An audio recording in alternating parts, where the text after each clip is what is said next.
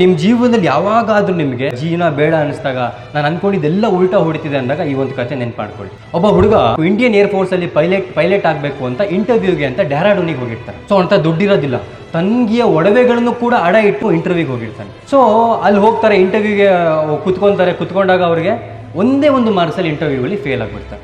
ಅವ್ರು ತುಂಬ ಬೇಜಾರಾಗ್ತಾರೆ. ನನ್ನ ತಂಗಿಯ ಒಡವೆಗಳನ್ನು ಕೂಡ ಅಡ ಇಟ್ಟು ಬಂದೆ, ಇವಾಗ ವಾಪಸ್ ಹೋಗೋದಕ್ಕೂ ಕೂಡ ನನ್ನ ಹತ್ರ ದುಡ್ಡಿಲ್ಲ ಅಂತ ಹೇಳಿ ಜೀವನನೇ ಬೇಡ ಅನ್ನುವಂಥ ಒಂದು ಮನಸ್ಥಿತಿಯಲ್ಲಿ ಗಂಗಾ ನದಿಯ ಕಡೆ ನಡ್ಕೊಂಡು ಹೋಗ್ತಿರ್ತಾರೆ.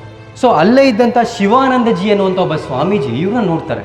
ಈ ಹುಡುಗ ಯಾಕೋ ನದಿ ಕಡೆ ಹೋಗ್ತಿದ್ದಾನಲ್ಲ, ಏನೋ ಸರಿ ಇಲ್ಲ ಅಂತೇಳಿ ಅವ್ರನ್ನ ಕರೀತಾರೆ. ಬಾಪುಟ ಇಲ್ಲಿ ಏನಾಯಿತು ಅಂದಾಗ ಇವರು ಇದೆಲ್ಲ ಹೇಳ್ತಾರೆ. ನನ್ನ ಹತ್ರ ಒಬ್ಬ ಪೈಲಟ್ ಆಗುವಂಥ ಒಂದು ಆಸೆನೂ ಕೂಡ ದೇವ್ರು ಈಡೇರಿಸ್ತಿಲ್ಲ, ಅಷ್ಟೆಲ್ಲ ಕಷ್ಟಪಟ್ಟೆ, ಮನೆಯಲ್ಲಿರುವಂಥ ಒಡವೆಗಳನ್ನ ಅಡ ಇಟ್ಟು ಬಂದೆ, ನಾನೊಂದು ಪೈಲಟ್ ಆಗೋದಕ್ಕೂ ಕೂಡ ದೇವ್ರಿಗೆ ಇಷ್ಟ ಇಲ್ವಾ ಅಂತ. ಆಗ ಸ್ವಾಮೀಜಿ ಹೇಳ್ತಾರಂತೆ, ಇವತ್ತು ದೇವರು ನಿನ್ನನ್ನು ಪೈಲಟ್ ಆಗೋದ್ರಿಂದ ತಡೀತಿದ್ದಾರೆ, ಯಾಕೆಂದರೆ ನೀನು ಇದಕ್ಕಿಂತ ದೊಡ್ಡ ಕೆಲಸಕ್ಕೆ ದೇವರು ನಿನ್ನನ್ನು ತಯಾರಿ ಮಾಡ್ತಿದ್ದಾನೆ ಅಂತ ಅನ್ಕೋ, ತಕೋ ದುಡ್ಡು ಅಂಥೇಳಿ ಅವ್ರನ್ನ ವಾಪಸ್ಸು ಊರಿಗೆ ಕಳಿಸ್ತಾರೆ. ಸೊ ಆ ವ್ಯಕ್ತಿ ಮುಂದೆ ಹೊಡೆದು ನಮ್ಮ ದೇಶದ ರಾಷ್ಟ್ರಪತಿಗಳಾಗ್ತಾರೆ, ನಮ್ಮ ದೇಶಕ್ಕೆ ನ್ಯೂಕ್ಲಿಯರ್ ಪವರ್ ತಂದಂತಹ ಶ್ರೇಷ್ಠ ವ್ಯಕ್ತಿ ಆಗ್ತಾರೆ. ಆ ವ್ಯಕ್ತಿ ಬೇರೆ ಯಾರೂ ಅಲ್ಲ, ಅಬ್ದುಲ್ ಕಲಾಂ.